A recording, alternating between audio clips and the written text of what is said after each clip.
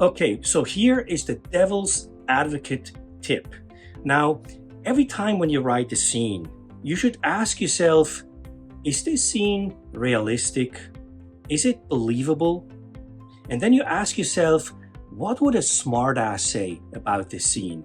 Or what would a critic say about this scene, especially if they want to find something negative about it?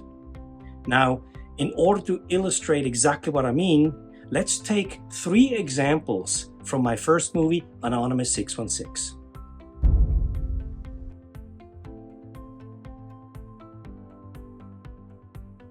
You already know that there's some violence and there are some screams in a couple of scenes. Now, people could easily say, well, the neighbors would clearly hear somebody screaming. You know, they would call the police and they would come over, so that doesn't work for me. Okay, good point. Here's what I did to counter that.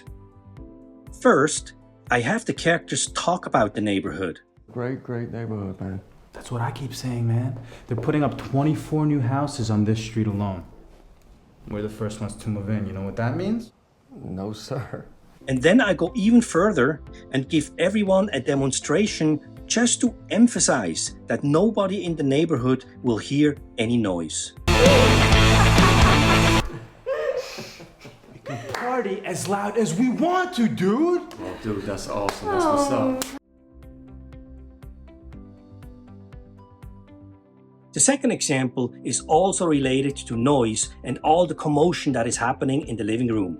I can guarantee you that people would say, well, the kid, Emily, is just down the hallway in her own room. She would clearly hear all the noise and she would walk out. So that's not realistic. Okay, so here is how I solved that problem. First, I established that Emily received a new tablet with headphones for her birthday. How's the new tablet working out with the headphones? Oh, great. Excellent. Then Emily reveals that she's doing a Lord of the Rings movie marathon. So Emily, how's the movie? Oh, TD. I'm doing a Lord of the Rings marathon. And of course I chose Lord of the Rings because I know that each part is over 3 hours long. So I thought this would solve the problem.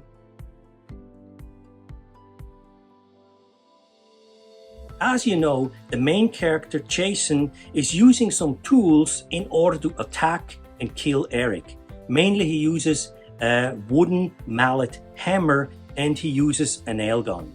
Now I can guarantee you again, there will be people asking, well, why are there tools in the living room laying around? And why, or very convenient that there is a nail gun laying around, right?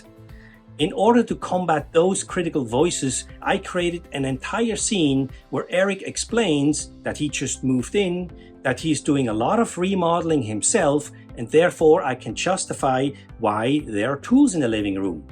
Now, unfortunately, that scene didn't turn out so well, and I ultimately decided not to use it in a movie, so that one is missing.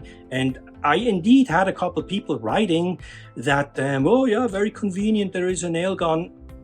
You know, so be it. You can't satisfy everybody 100% anyway. So it is what it is, but it's just another great example to illustrate that you should always play devil's advocate and find solutions to counter those critical voices.